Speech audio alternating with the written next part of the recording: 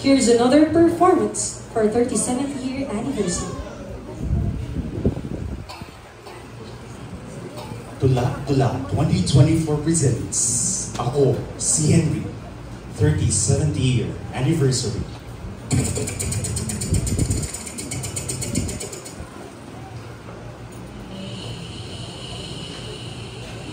Laban ako, pagkakataon, may babalik ba ang kahapon? Nagsimula sa maliit na bahay-sambahan sa apat na sulok ng parisukat ng tahanan. Doon nagsimula ang ating kasaysayan. 1987, Babaliwan, Liguban City. ako'y iyong isinilo. Binukas mo ang pintuan. Isang bahay dalangin. Ikaw ang maghari sa akin. Doon nag-aawitan, nagsasayaw, Isang gitara, ilang miyembro. at nagtitiis sa mainit na bugso ng hangin. Alive, alive, alive forevermore. My Jesus is alive, alive forevermore. Alive, alive, alive forevermore. My Jesus is alive.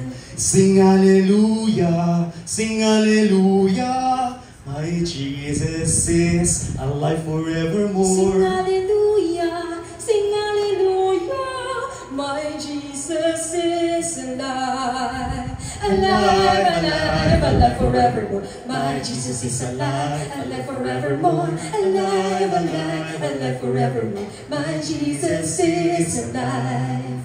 Nagpasalin-salin sa iba't ibang dako upang palaganamin ang ating paniniwala patungkol sa magandang balita. Ito ang simula, nagsimula sa mababa at wala. Naalala mo pa ba noong panahon na hindi pa tayo parehong naniniwala sa mga ginagawa ng mga Kristiyano? Oo nga, at napakabata ko pa noon. Chismoso pa. Tuwing papasok kami dito ay akala mo isasabog sa dami ng Father God, Lord at Panginoon na naririnig ko.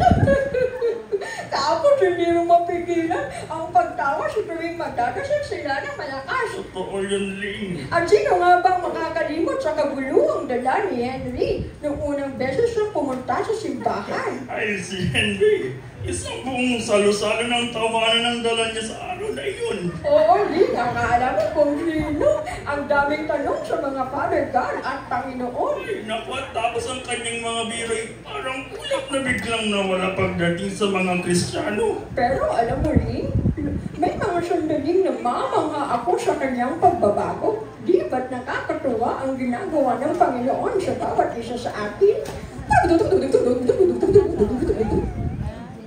Buhay na naman, di mo maintindihan. Di mo alam kung saan ang hangganan. Ang buhay ng tao, sadyang misteryoso. Di mo alam kung kailan ang katapusan. Ngunit ika'y maaalala sa mga kwento mong madrama at hindi malilimutan ang iyong mga kalokohan at ika'y pag-uusapan at pagtatawanan, ngunit mangungulila sa iyong paglisan. Kaya sa buhay, meron akong napagtanto na may mga bagay-bagay tayong pinapahalagahan. Pamilya, kaibigan, at mga malapit sa ating buhay. Pero para sa atin, isa sa mga binibigyan natin ng halaga ay ang ating mahal na simbahan. Halos dito na tayo lumaki mula pagkabata. Dito tayo natutong magmahal, makisama, at maging maligaya sa bawat taong ating nakakasama. Hindi ko na iisa-isahin kung anong ating pinagdaanan. Basta ang alam ko, ito na ang ating ikalawang tahanan, ikalawang sandalan, ikalawang kaibigan, at 37 taon na tayo, Dagupan Assembly of God Worship Center, Vantage Point Church. Naaalala mo pa ba kung paano ka napadpad dito? Kung paano niya pinakilala ang sarili niya sa'yo, sa kung paano ang landas mo ay napunta dito. Alalahanin mo. Alalahanin mo yung unang beses na pagpasok mo ng pinto na sobrang ramdam mo yung ligayang tunay na alam mo sa sarili mo na dito mo palang naramdaman. Pinagmamasdan mo yung mga nag-aawitan, nagsasayawan, at sa bawat kilig mo, ika'y kinakamayan. Hello, brother! Newcomer! Sinong nag-invite? YA? Kumusta? Okay, may sa tapat na dyan. Okay lang po. Sina nanay at tatay po. Pero hindi mo sila kilala. Ang alam mo lang sa mga sandaling iyon na may nararamdaman ka ng kakaiba. Sa lahat ng panahon, Diyos ka sa akin. Sa lahat ng oras, nariyan para sa amin. Panginoong Jesus, purihin ka. Dakilain ka sa buhay ko.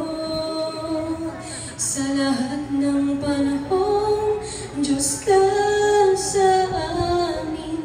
Sa lahat ng oras, nariyan para sa amin. Panginoong Jesus, purihin ka. Dakilain ka sa buhay ko. Aming Ama.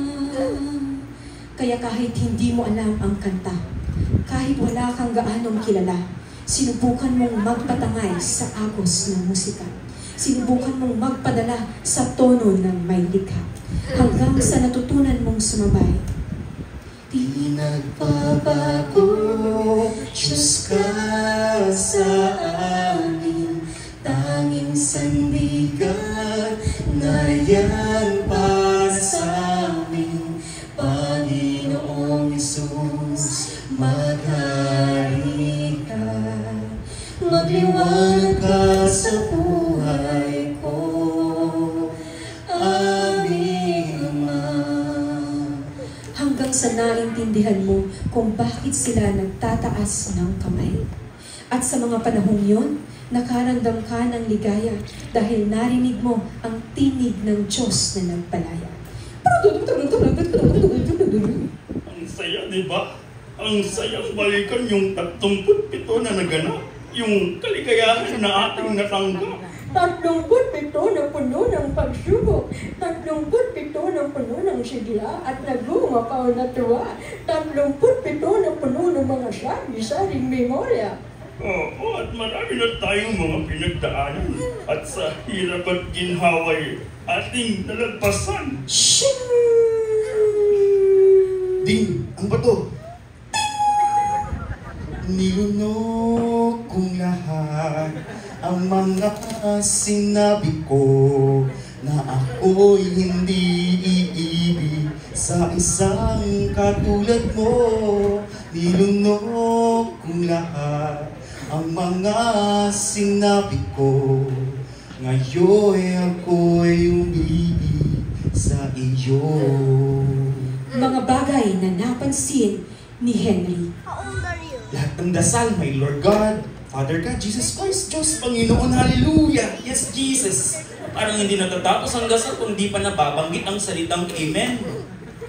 Halos lahat na nagsisimba ay umiiyak, lumuluhod, pumapalagpag, nag-aamin, nagtataas ng kamay, nilalagay ang kamay sa dibdib na parang sumasakit ang puso.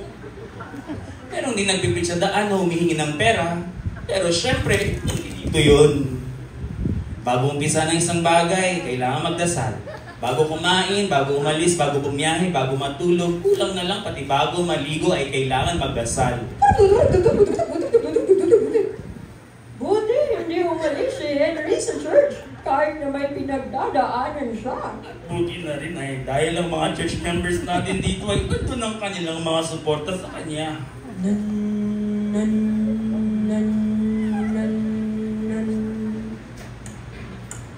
You're fired. Anak, puputulan na tayo ng kuryente. Kuya, finals na namin. Paano na ang tuition ko? Sorry, It's not you. It's me. Break na tayo. Hindi tayo pwede pinagtagpo, pero di tinadhana. Meron pa bang Diyos? O baka kami na lang ang nag-iisang sumasandal sa ilaw ng liwanag sa gitna ng dilim? Ang hirap ng magtiwala, lalo na kapag tila ang buhay patuloy na nagpapahirap sa atin. Sa bawat hakbang, tila mas lalo tayong naliligaw. Kulang pa ba ang mga dasal ko? Kulang pa ba ang mga pagsisikap ko? Pagod na ako. Pagod na ako sa mga hamon ng buhay na tila walang katapusan. Kailan ba matatapos ang pagsubok na ito? Kailan ba darating ang liwanag sa gitna ng kadiliman? Meron pa ba? Kulang pa ba? Pagod na ako. Ang bigat ng kalooban ko. Parang walang humpay na pagsubok. Parang bawat araw ay isang laban. Diyos, nasan ka? Bakit ang tahimik mo? Hindi ko na alam kung paano ko harapin ang mga hamon na ito. Kailan ba matatapos ang lahat ng ito? Kailan mo ba ako susuportahan? Nawawalan na ako ng lakas ng loob. Nawawalan na ako ng paniniwala. Ang hirap, Diyos. Ang hirap. Mananatili sa'yong ibig at sasanggapin ka sa dakong lihim. Mananatili sa'yong lihim nang masumpungan ka sa dakong lihim. Pero kahit anong mangyari, kailangan kong patuloy na lumaban. Kailangan kong ipakita na kahit gaano kahirap, mayroon pa rin pag-asa. Kailangan kong maniwala na sa kabila ng lahat ng ito, may plano ka para sa akin.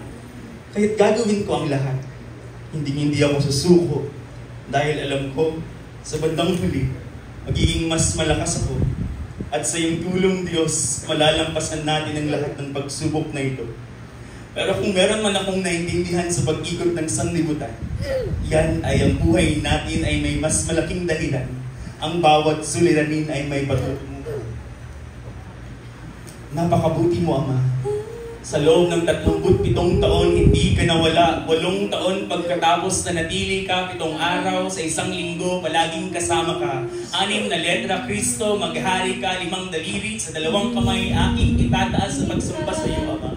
Ika-4 na araw, pinagbuklat mo ang liwanag sa kadiliman. 3, Ama, Anak at Espiritu Santo, 2, ikaw at ako, 1, nag-iisa ka. Maghari ka, dakilain ka, ninanais kay maging kawangis mo, ikaw ang patuloy na iibigin, Panginoon, hanggang ang daigdig sa iyo ay sumunod. Ako'y patuloy na maglilingkod. Nabalang pagkakataon, babalik ba ang kahapon? Maraming araw, buwan, at taon na ang lumipas at ito na tayo ngayon. Ito na ang bunga ng ating mga pinaghirapan. Ito na ang mga itinanim na handa ng anihin. Ito na ang resulta ng ating mga panalangin. Na tunay ngang kung hindi dahil sa biyaya ng Panginoon, wala tayo sa kinatatayuan natin ngayon. Salamat sa lahat ng memorya at sa mga taong aking nakasama. Tayo ang saksi sa mga buhay na nabago at mga pusong tumibay dahil kay Kristo. Ako si Henry. Ikaw si Henry. Tayo si Henry. Ikaw, ako, tayo ay iisa. At patuloy na maglilingkod. Nagmamahal. Dagupan Assembly of God Worship Center. Vantage Point Church.